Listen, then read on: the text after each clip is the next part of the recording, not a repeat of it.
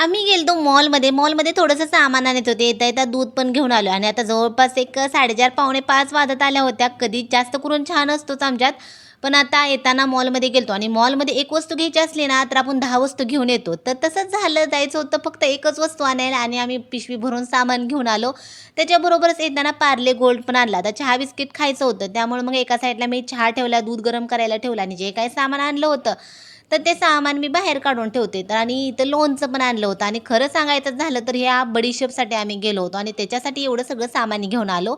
नंतर हे सगळं सामान डब्यामध्ये भरून ठेवलं आणि नंतर संचितला म्हणलं, "चहा बिस्किट राहू दे खायचं, तू चोकोज आणले तर दूध चोकोजच खाऊन घे." त्यामुळे त्याला मी दूध चोकोज आहे तर द्यायला लागले.